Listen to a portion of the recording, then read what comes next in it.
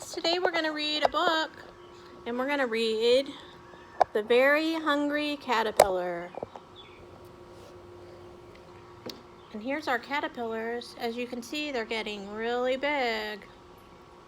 I don't know if you can see them very well out here. But you can see they're down at the bottom eating all that stuff that they put in there, their food.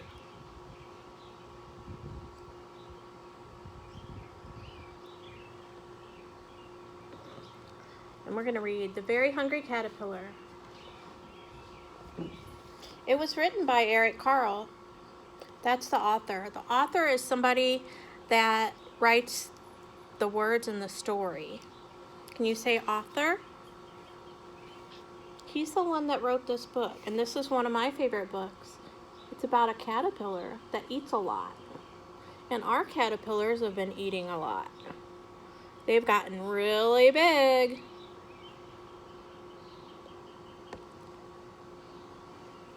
The Very Hungry Caterpillar by Eric Carle.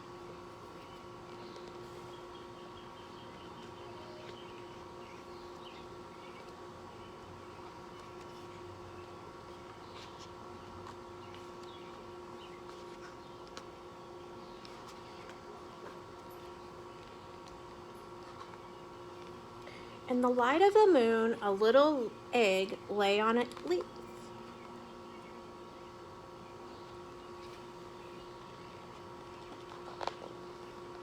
One Sunday morning, the warm sun came up, and out popped out of the egg a very teeny tiny baby caterpillar.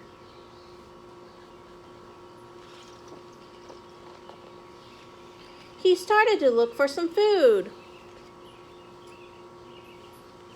On Monday, he ate through one apple, but he was still hungry. On Tuesday, he ate through 2 pears, but he was still hungry. On Wednesday, he ate through 3 plums, but he was still hungry. On Thursday, he ate through 4 strawberries. 1, 2, 3, 4. But he was still hungry. On Friday, he ate through 5 oranges, but he was still hungry. On Saturday, he ate through 1 chocolate cake, 1 ice cream cone, 1 pickle, 1 slice of Swiss cheese, 1 slice of salami, 1 lollipop, 1 piece of cherry pie, 1 sausage, 1 cupcake, and 1 slice of watermelon. That night, he had a stomach ache.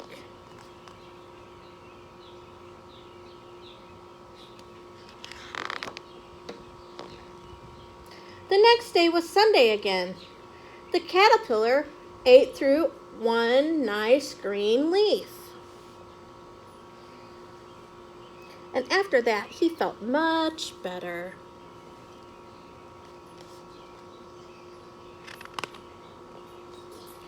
Now, he wasn't a hungry caterpillar anymore. He wasn't a little caterpillar anymore. He was a big, fat caterpillar.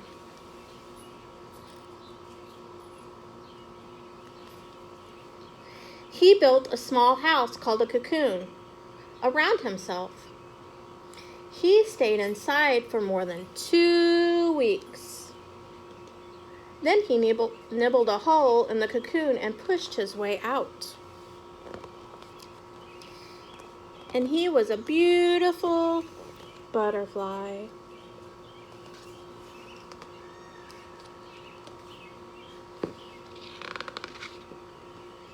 The end. The next book I was going to read is How to Catch a Mermaid. How to Catch a Mermaid. Written by Adam Wallace and Andy Elkerton. Those are the authors. Can you say authors? Last week I seen a mermaid. It's not something I pretend. I really like to catch her, so we could be my friend. We'd have best adventures. I'd learn her mermaid ways. We'd tour her mermaid city. We'd swim for days and days.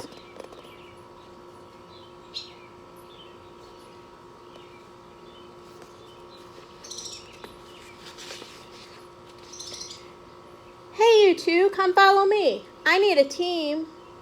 The water's where we need to plan our mermaid catching scheme.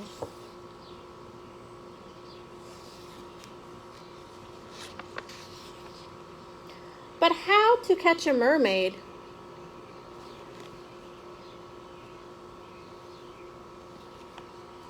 You don't learn this in school. We need to build a gentle trap and start near the tide pool.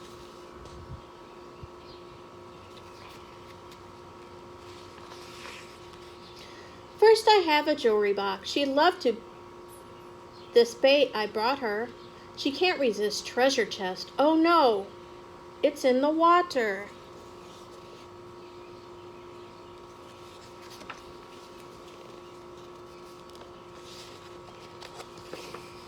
Well, mermaids love bright and shiny things. A crown will catch her eye. We'll lure her with her new trap, and then our net will fly.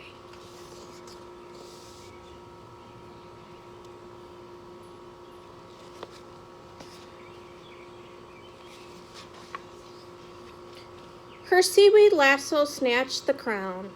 We'll need a different plan.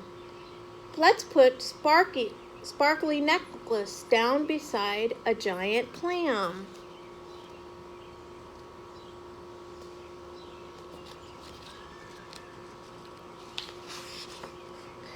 She switched the necklace with a rock to stop the clam from snapping. Now she has another prize. We'll need some better trapping.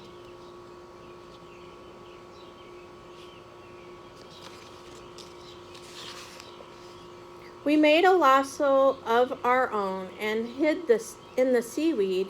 She swam too fast for us to catch. Oh, when will we succeed?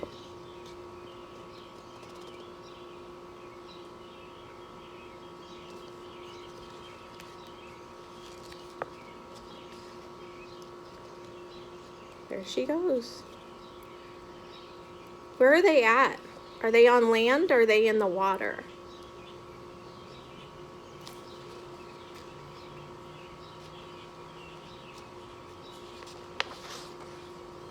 Now let's try to switch it up and play some funky beats.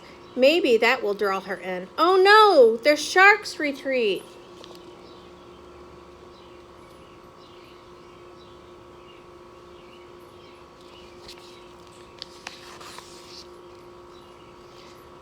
We escaped from all the sharks. That was scary scene. But now we get up to our game with this cool submarine.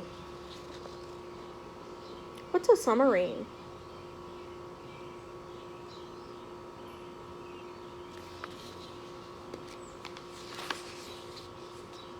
This submarine has a robot arms to catch the fishy lass. But this mermaid can't be caught. She is so really fast.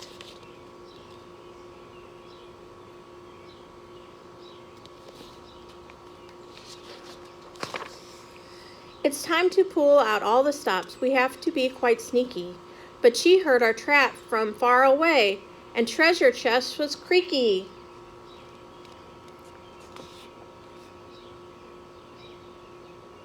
It says creak.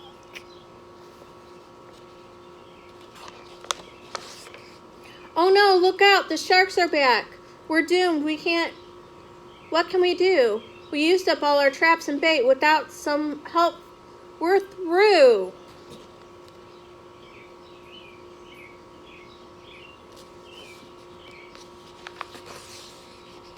Our mermaid comes to save the day. She made a trap to save us. She scared the sharks and scooped us up. She really is courageous. What's courageous mean?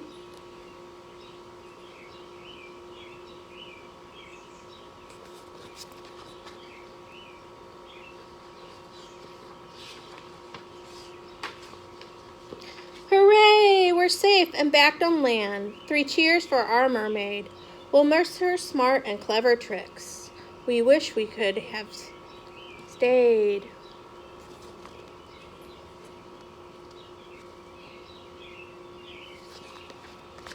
Okay, our third book that we're going to read is Splat the Cat, Ice Cream for Ice Cream. And it was written by Rob Scotton.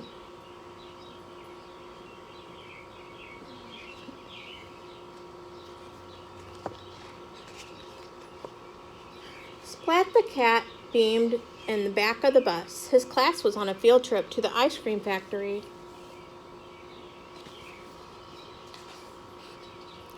I could eat 4 ice cream cones a day, said Splat. I could eat 15, said Plank. I could eat all yours and 1,000,000 more, said Spike. Kitten licked her lips. Ice cream, you scream, we all scream for ice cream, the friends cried. At the ice cream factory, the ice cream twirled in big vans. Pipes steamed, nozzles gleamed. Wow, said Splat, what a dream. The factory manager greeted them. I'm Mr. Jellybean, he said. Who wants a tour? Hooray, sang the cats. Ice cream, you scream, we all scream for ice cream.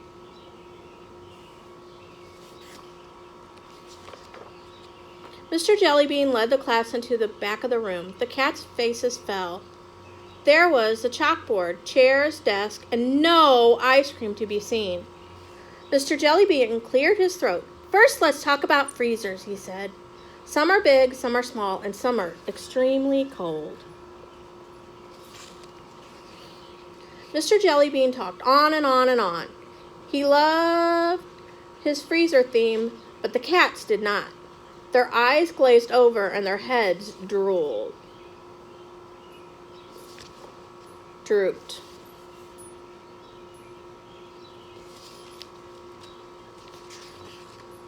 Splat began to daydream that he was making ice cream. He closed his eyes and leaned against a big red button. Alarms blared, lights gleamed, Splat jumped and screamed. Steam puffed out a big pipe. Then splat! The ice cream streamed out. It became a huge ice cream wave.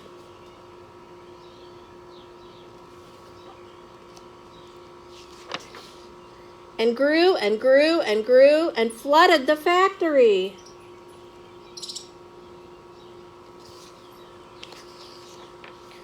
Now that's a lot of ice cream, said Plank, taking a taste. Yum. What happened? Said Miss Wimpy Dimple. Asked. I don't know, said Splat from under the chocolate chips.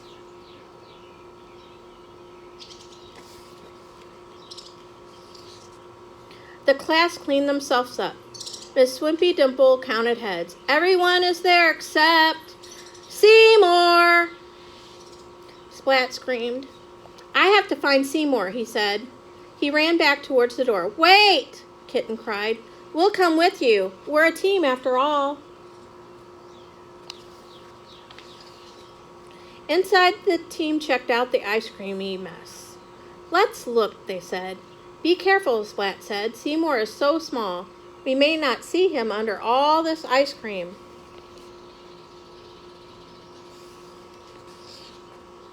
With brushes and buckets, the cats cleaned and ate their way into the factory. Seymour! Splat called, but Seymour was nowhere to be seen.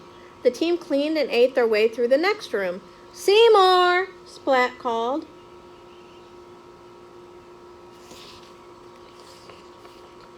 The team continued under the factory gleamed.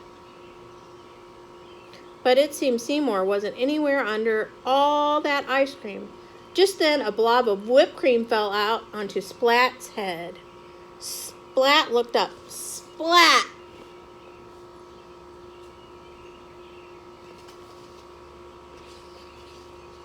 There was Seymour.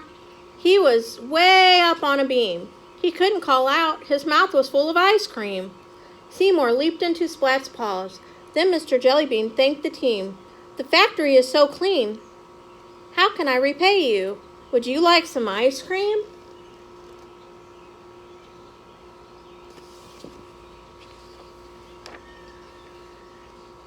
The cats all groaned. No more ice cream, they said. For now, whispered Seymour. The end. Bye, guys. Have a great week. Caterpillars are moving fast.